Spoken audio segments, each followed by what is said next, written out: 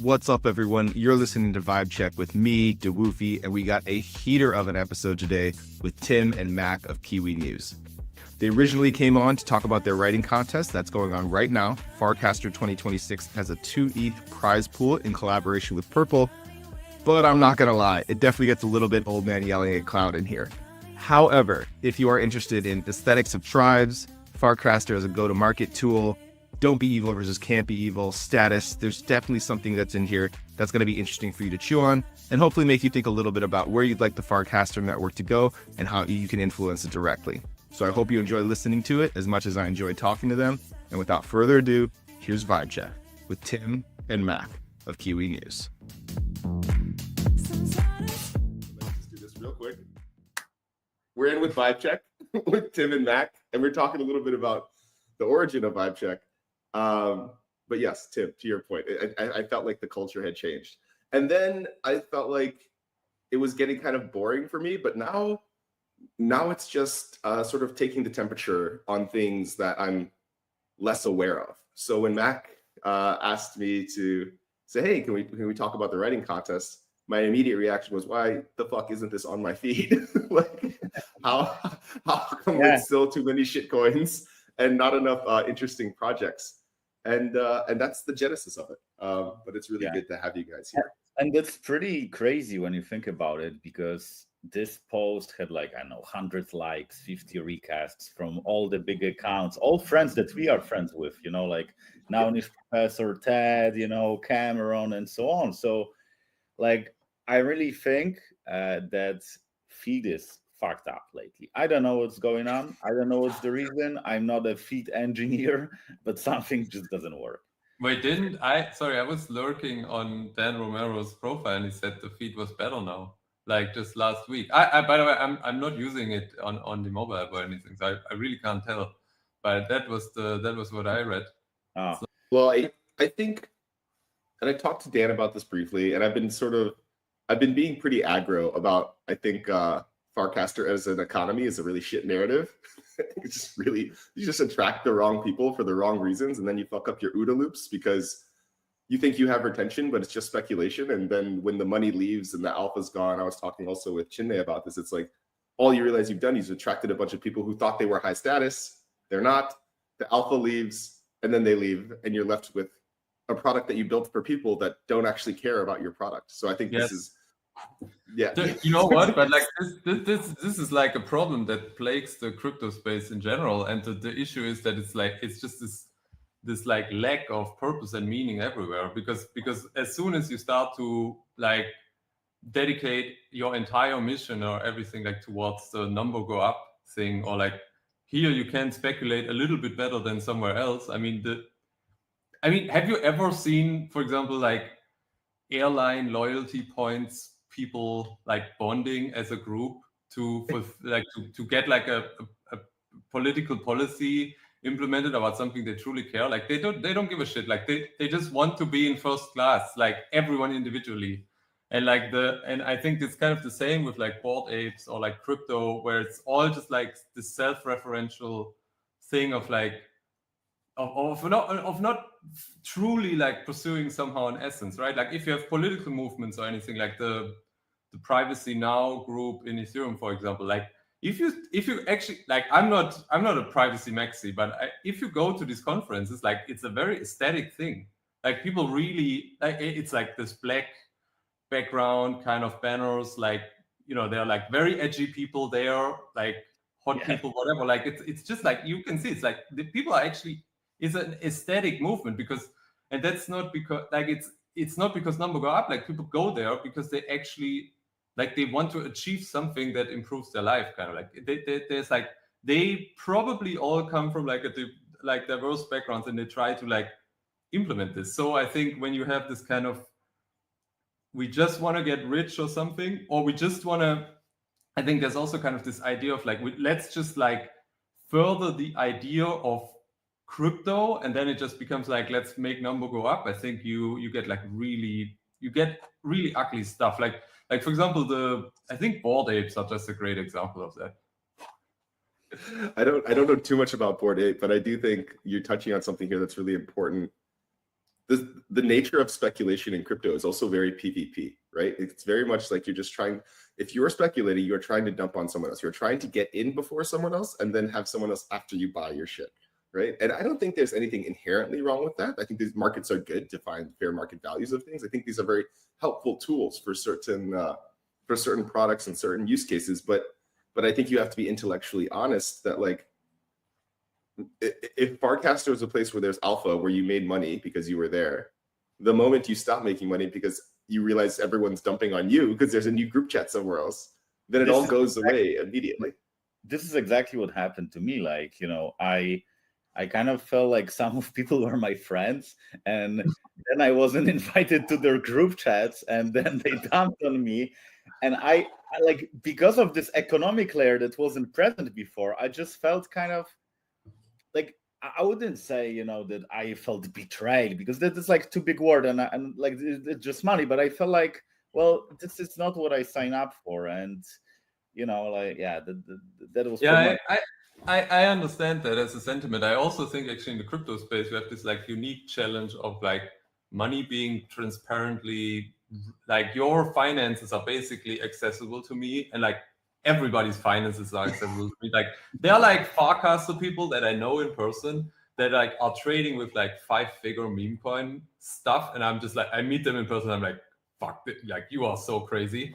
And like, I don't know, like, like, why do you, like, you shouldn't blame yourself actually for having these like intrusive thoughts when you meet them. And like in the background, there's like this, like, what, like, this is the guy that is like trading 5-figure meme coins or whatever. Like the fact is that the situation is so crazy that you can have access to this information, and that I think we're kind of like not built as humans to understand that there's like a human, and then also there's like this number, and somehow we have to combine the two things and make sense of it. That like like what is our self-worth and what is their what is like what are they worth? Obviously it shouldn't be purely connected to the numbers or whatever, but it's like very strange, and I think we've never actually been in such a situation because everything has been private up until now, right? This like financial stuff. Yeah. It kind of feels like Instagram, when we started having social media. If you had friends who were traveling a lot and having like cool lifestyle, you could actually see it. Like, I mean, like there were pictures, videos, and so on.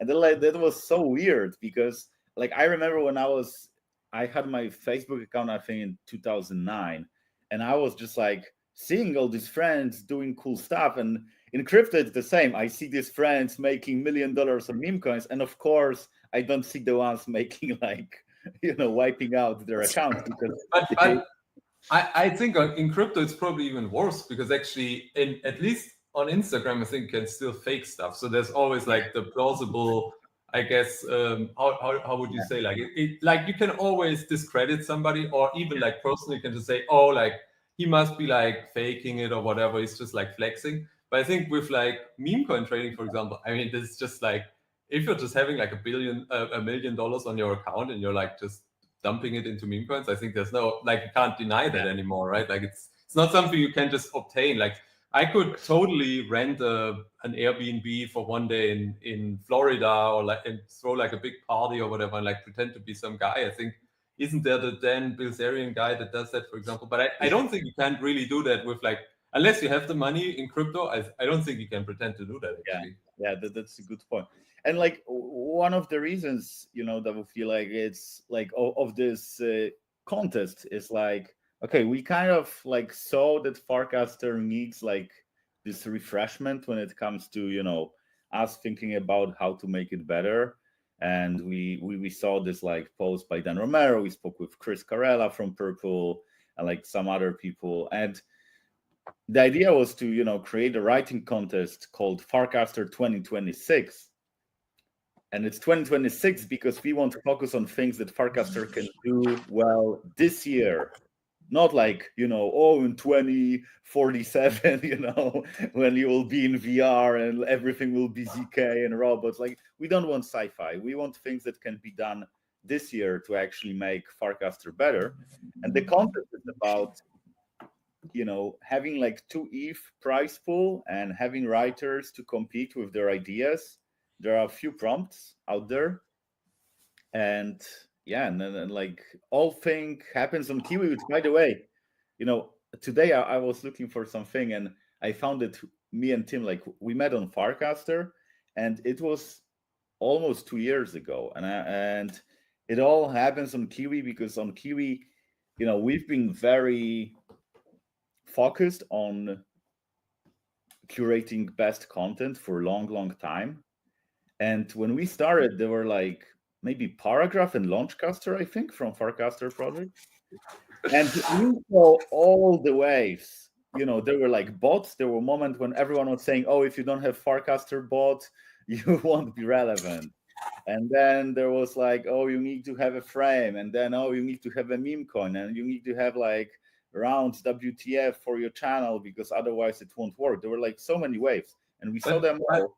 But you know what I think is actually what would be the good essence of Farcaster, I feel like, is the kind of, if they really double down somehow on their, I don't know, on like the sentiment of like the Californian builder person, but I think they would have to somehow differentiate themselves like a bit more from X. Like clearly somehow Dan is not really opposed to him somehow. Like it's like why would you, I don't know, like for example, you can join Blue Sky with if you're really against Elon, you join Blue Sky and like it's good, like, right? Like you've done you've basically done the political work to distance yourself from Elon or whatever, and you're like with your group of people there. I think but what do you do if I don't know, like there used to be this case where people said in Silicon Valley we don't like talk bad about our competitors because it makes you seem weak. And I almost feel like now that's like, for Dan at least, or for the Farcaster team, it's like almost a bad position, because like what makes you different from X if it's not standing in opposition to Elon? Because actually Elon also, for example, implements like community nodes. Like he really tries to make the place like very neutral and like clean in the sense of like a crypto enthusiast, like trustworthy and so on, right? Despite him being like a bad character, I think, which is also something that like crypto people also kind of like, crypto people don't want, don't be evil. They want can't be evil, and I almost feel like if you're, I don't know, yeah, as you said, like if you're tapping too much into the casino thing and you say like, okay, like we're making like Web3 enabled apps where you can pull on the one-armed bandit, I think it's like it's devoid of meaning. And then if you kind of formulate a vision that is more towards, we're like upgrading Twitter, right? Like we're like building a better system where like not one person, I mean, just the thing, like not one person can be in charge of the thing, like that would be already interesting. I guess it collides kind of with the Blue Sky mission a little bit or something. Yeah, I think so. I mean, it's funny on the narrative side. This is my shit, right? This is what I think about a lot, and I do agree that like you shouldn't talk bad about your competitors, because I do think it looks weak, and I do think that like. But like Elon just talked so much shit about Sam Altman. So there's I don't know. There's Elon's personal brand, and then there's Twitter, right? Like it would be weird if Twitter account or like the Twitter like whatever people did this thing, but then Elon has his own brand that's sort of like a maverick and like says what he wants type branding, right? Which is like, I don't think that's exactly Dan. I don't think he should mimic him, but like, but I think there's something here that you're touching on that's really important, which is like to have sort of an in group, you have to by definition have an out group too, right? Like you don't never feel like you belong somewhere unless you feel like you don't belong the other place. And I think you can accomplish that without being like, your shit sucks, right? Like there's ways to accomplish that. Okay. I think Blue Sky is like Twitter sucks, and I think that's hampering them probably. But it's but true, I do feel you. True. Yeah. But where do you see the different? Where do you see the people that are on Farcaster? Why do they have to be on Farcaster, and why can't they be on X? Like. So I think the initial group for sure, and this is, I've talked to Dan a lot about this too, is it was very much a place where you could acquire status. Like maybe not the same follower account, But for me, and I think a lot of people I talk to, like a lot of my aha moments were like, holy shit, like Mark Andreessen follows me. Right, like these are like the weird I things. know. Like, okay, I get that, but like the thing is like that's the airline miles thing, right? Like acquire status. Like I can fly a lot with like an airline, and, but I also there's get different invited types by of status. first Right? class. Don't be Huh? fooled by like airlines calling it status. They're trying to LARPA status, right? Like, but real status is like sort of transferable. Like you can sort of feel it when you meet someone or talk to someone else. Versus what they call status, which is just like they're helping you acquire that I a product. get, but for example, what like that group of people? Like, okay, then let me phrase the question differently. If you want to get status in that from that group of people, what is that group of people? What do they stand for? And why can't they be on X, for example? And and like what I'm saying here is that there's probably actually a good answer to this. Like there's an essence of what keeps these people together on Farcast and why they're not moving to X. So I think, but I just think that nobody has formulated what it actually is, right? Well, I can this tell is you, also like, turned why. into Tim's pod. This is Tim's podcast now. I mean, I can tell you, like, I joined Farcaster in the first place, and it solved my need like very efficiently, and that's why I got hooked right away. And my problem was that I was very into crypto, but I couldn't find people to talk about crypto. Like if I spoke about X, I got 0 responses, maybe 1 like, 2 likes, whatever. Even if I got responses, they were like some low quality, low effort things. And I remember when I started posting on Farcaster, I posted something and I got this like thoughtful response from some smart person. And then we started debating and I was like, okay, like this is interesting. Yeah, but again, sorry, what's the difference between that and getting a better seat on an airplane? I think you're not the status thing is only useful in order to further your kind of to further your position in the social group. What is the social group trying to achieve? I mean, like I wasn't looking that much for status. I was more looking for people to chat with about crypto because I wanted to learn. And like if I went to Discord, it was like all these Discords were like scattered and like you had to have an NFT to get in, and almost all of them were that-ish back then. And right now, the reason why I don't open Farcaster that often is because I have a lot of group chats I'm in. I, of course, use Kiwi as well. So like I feel my need for high quality conversation is totally satisfied outside Farcaster. So the need that I came in for is not satisfied with Farcaster because you don't see my shit, right? Like you don't see my posts even. So how can you even comment? Yeah, but I think these people must be somehow connected to a dissatisfaction with X, no? As you also say, like basically what you're saying is that you came there because nobody saw your shit on X. And if you think about it, back then, I think this was also pre-Elon acquisition, right? Where there was like a lot of spam on what it was called, like it was called Twitter back then. Twitter. And like you just didn't get through replies and anything. So like I think if I remember correctly, I also joined Farcast actually because I didn't get through on replies through like to Vitalik or whoever. And like that was actually when I joined Farcast, I was like, oh shit, like I'm actually now speaking to the crypto community, right? And like so the kind of purpose of joining the group and getting the social status was that we wanted to be like higher up in the hierarchy of the crypto people. And I think now the kind of weird thing is that Twitter is fixed. Like the spam replies are not there anymore, right? I mean, well, I think you have an interesting point here, but I also think there's like sort of a natural transition where you show up for like one reason and then you just come for something other, which I don't really love that framing. But let's use you guys as an example, right? You sort of came because you were unhappy with Twitter, you found some space, you found some following. I think we can be honest that all 3 of us have some status on Farcaster now. Okay. And then what do you do with the writing contest? Like you have this idea, and immediately you go to Chris Carella at Purple to get grants. You go to Farcaster for distribution.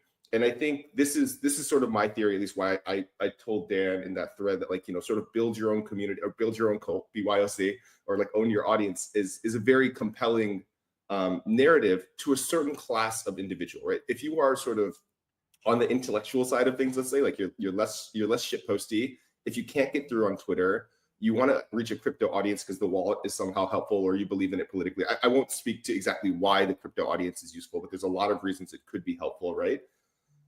Then you have this idea, and Farcaster is now your main method of distribution.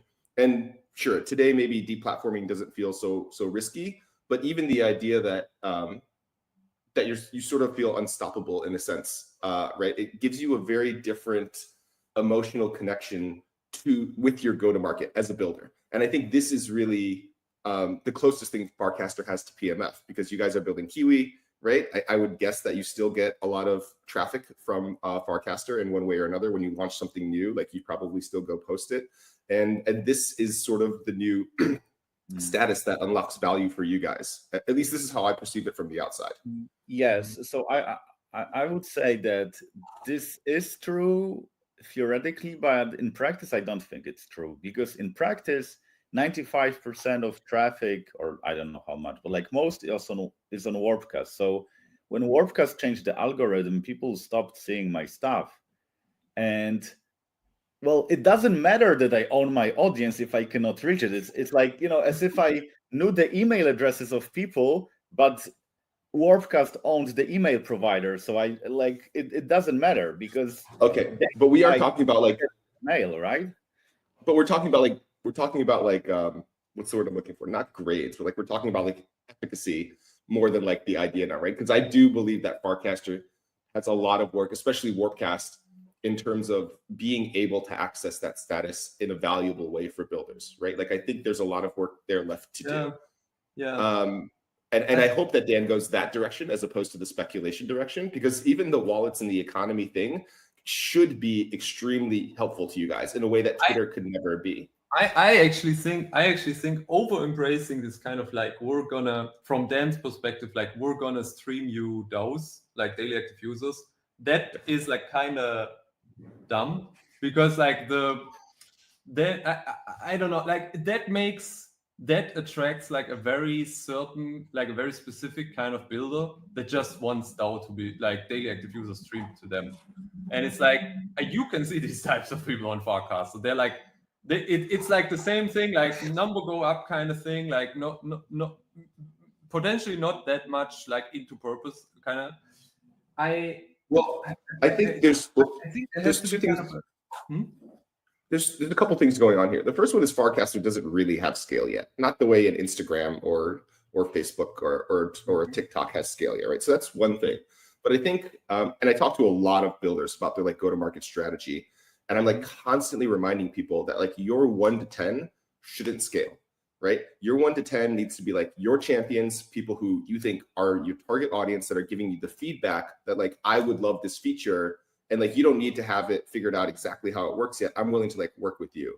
I still think you know what would make sense for Dan to kind of like double down on a bit more is like this sentiment that he had in the beginning when he quit Coinbase. He had this like blog post where he said he's like this pragmatic crypto builder, I think, something like this. He had this like on the Nakamoto's page, and he was like, at Coinbase, we didn't give a shit about like letting people store their crypto on the account, even though the maximalists were kind of like very unhappy, like crypto maximalists were kind of very unhappy with it, because not your coins, not your keys, not your coins and so on. But like, that's the kind of reforming the like elder millennial crypto space that is like just, you know, I don't know, using their Firefox MetaMask browser to like trade on Uniswap. Like this is the kind of group that we kind of need to reform within Ethereum. And like it would be like an aesthetic movement for where Dan is like, hey, like we need to actually ship useful stuff for consumers. I'm like heading this movement here, and like we are basically banning all the bullshit from Ethereum, and we're like going to give you like better tools, you know, for building on Ether, basically. I feel like that would attract more builders, and that would like create this kind of like deeper sense and purpose than I think the we're just like gonna take care of you, kind of like in the Apple sense, you know, because I think Dan would be on kind of a confrontation course, I think, with a lot of the Ethereum ecosystem, and people would have to make up their minds. They would have to be like, do I go in the direction of like MEV researchers, Ethereum Foundation people that are all just like dumping their Euro academic research websites like into the internet without like caring about mobile experiences? Or do I go into the direction of Dan Romero, who has a working app, huge audience, and like he has this kind of like, I don't know, like dictatorial capability of just like filtering out all the ugliness kind of from the ecosystem? Because I feel like that's what we have to do. Like we have, like there's so much, like the fact that we had like Bored Apes and like people made millions of dollars with this, like it's like an aesthetic disgrace. Like this it has like set our space back. Like we need somebody to stop it. Well, I think he's doing a little of that by like showing, not telling, and building a consumer app that's like easy to go on. At least that's what he's trying to do. So that's part of it. Yeah. But the other thing that I think is like important to remember is like, and I think he said this a lot, is like there's the aesthetics and there's standing for something and stuff like that. But like, if he wants like great builders to come and like, what's the thing he can give that you can't get anyone else? I still think today the strongest case for Farcaster, if I was going to tell someone to sign up, is like, if you want 10 customers to get on your product and they can connect their wallet to it, because that's an important part of your product, I don't think there's anywhere better to do it than Farcaster. I think it is still the number one place to do that. Dan should just be against connecting wallets, because like it's just such bad UX. Like he also knows it. Okay, like, it should just be like, this is garbage. Like we clearly need something better, right? Like I think and like he would have like the power to get it done, kind of, and he would also be able to execute on it, I imagine. Well, they did. I was watching GM Farcaster this morning. Shout out GM Farcaster for giving me a platform to publish on. I think it was Matthew, maybe someone else, noticed that in one of the screenshots, there's a little wallet button now. And I know Privy got some sort of deal. So I am with you that wallet UX is fucking trash. And like, it is insane that anyone thinks that like we're going to onboard 1 billion people with a fucking extension where you can lose all your money if you click on the wrong link. Like, this is absolutely 100%, fucking 100%. stupid. But I think we're headed. I think he is headed in that direction. For whatever it's, I think these things take time. He's headed in that direction, but I think he just has to. You want him to hammer it more. He just has to be like the old Dan Romero, like just like a big fuck you to everybody that doesn't do it. Yeah, build your own client, you know, kind of Dan Romero. And you know, like this would also positive. I think like with everything that we've seen with like Solana, Ethereum kind of battle going on, and like all the shit posting on Twitter, honestly, I think a little bit of competition of that, like competition between like Farcaster and Ethereum wallets, I think this will have like a very positive impact, because I think if Farcaster is just like taking over all the wallet services and like people are seeing that like all the deal flow go through like Farcaster, I think they will have to innovate, and then we will start seeing movements, because at the moment there is like a wallet debt dilemma, because wallets, they are not making any money on connecting your debt.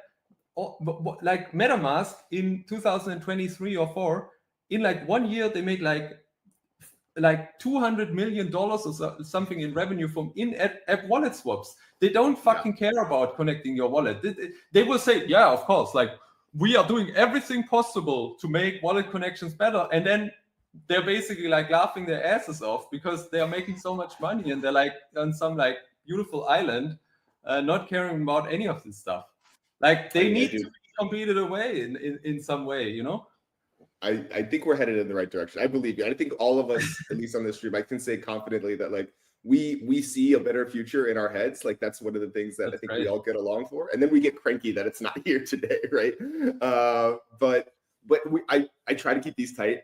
I'd be very remiss if we didn't spend some time at least digging in a little bit more to the writing contest. We could talk about Kiwi News too. And if they had connect, I'd love to hear about how they connect. But it's my job to be the go-to-market guy. And if we spend the whole time talking about bullshit and we don't talk about the thing that has a call to action for anyone, really, right? Like anyone can write this is sort of my understanding. This is 100%. Not just you have to be a programmer or something, which I get excited about because I can't Right. code. You can also write, by the way. And I think, I can't write. I'm terrible at writing, but theoretically, there's a world you where I can write well. yeah, like So everyone. tell me more about the writing contest. Okay, yeah. So first of all, like Kiwi, for those who don't know, is a place where community curates links. So this is where everyone can, if they hold a Kiwi Pass, which now is free, they can submit a link, and these links get upvoted, kind of like Reddit or Hacker News, if you're familiar with. And it's focused on Ethereum, but I say like broader Ethereum ecosystem. So things about decentralization, privacy, sometimes politics if they impact, crypto in general as well. And we have a lot of content created by the community. It's like news, essays, blog posts, dashboards, GitHub repos, and so on. And this is Kiwi. Farcaster links also. Farcaster links as well. Yeah, there's some banger cast. We can also see it there. So this is one thing. And the other thing that we've been doing on top of Kiwi is writing contests. So we did writing contests with Gnosis, we did with Lens, with Nouns, and now we do one with Purple and for Farcaster. And the goal of this contest is to come up with ideas how to make Farcaster great again, or maybe make it actually amazing for the first time. And I can actually even like read some of the prompts because we Let's do it. on them. Farcaster's first.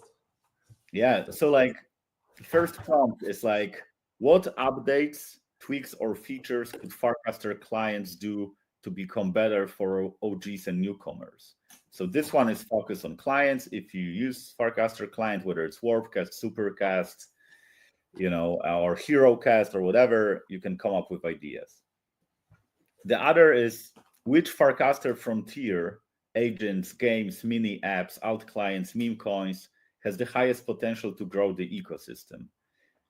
If you listen to this conversation, you probably know that we don't think meme coins are the way. But maybe someone can make a good case for it. Who knows? And the other is, how can crypto social Legos create experiences that we can't have in Web 2? Because at the end of the day, this is what we are here for. Like, if we have the same thing as on Twitter, why would you even move, right? Another one is, how can Farcaster amp up its marketing growth activities to bring more users? So if someone has ideas for like this video that I saw on about, I think her name is Afrochick. Yeah, so the way she onboarded people to Base with this, like, oh, do you want $10 or do you want some like secret gift? And then she was giving people like 50 USDC on Base. That was, for example, like very interesting idea.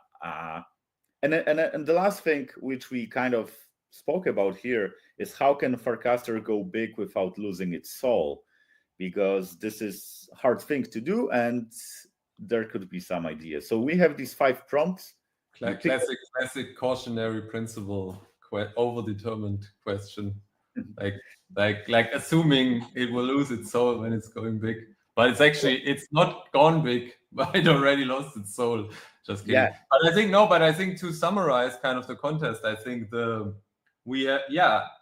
as similar to how we had this conversation just now on the podcast, I think we would love to just get like people's hot takes out of them, kind of. And I really think I really think if you put something into writing and like you put it on your blog post and you really stand behind it, and I think there are like lots of Farcaster people who really have like a good understanding of why they're there and like where they think this thing should be going, then I feel like the seniors that is being created from everybody publishing their thoughts, I think is really like, this is going to be very meaningful, and like it's going to reach a lot of people are going to talk about it.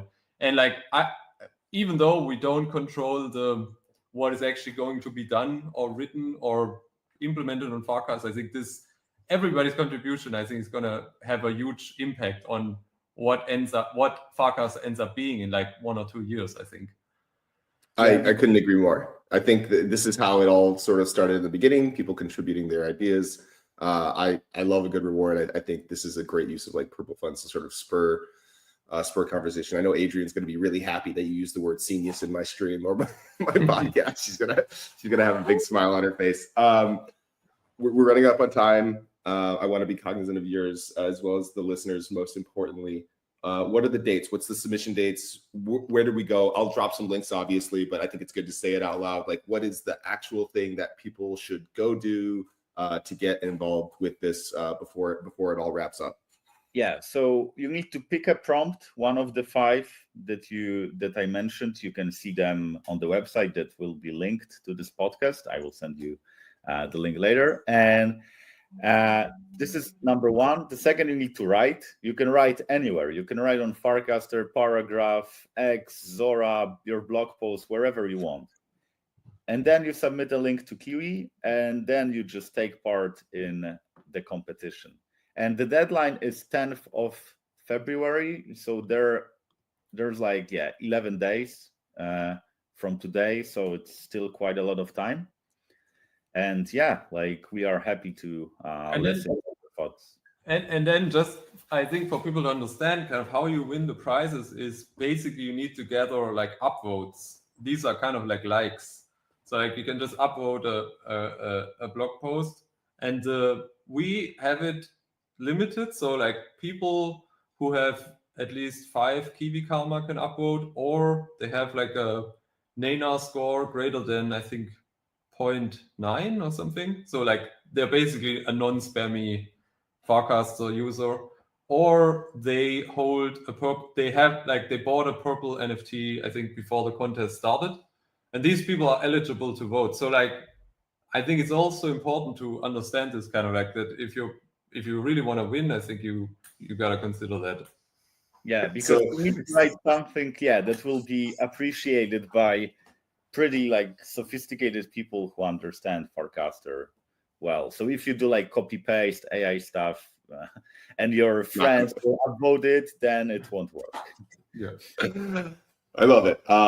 That's all awesome stuff. So even if, I guess to everyone listening, even if you're not a writer, probably a great idea to go read some of these. I think probably most of my listeners cross that NANAR score, so you're probably eligible to vote. Or if you have a purple token or Kiwi Pass, you probably are eligible to vote if you're listening to this, and go read some stuff. And even if you don't have the time to write, this is me very frequently, I'll remember to go and give upvotes to the things that I think are worthwhile. That's one very sort of small way you could probably get involved. So guys, thank you so much for coming on. Any final words before we wrap this one up?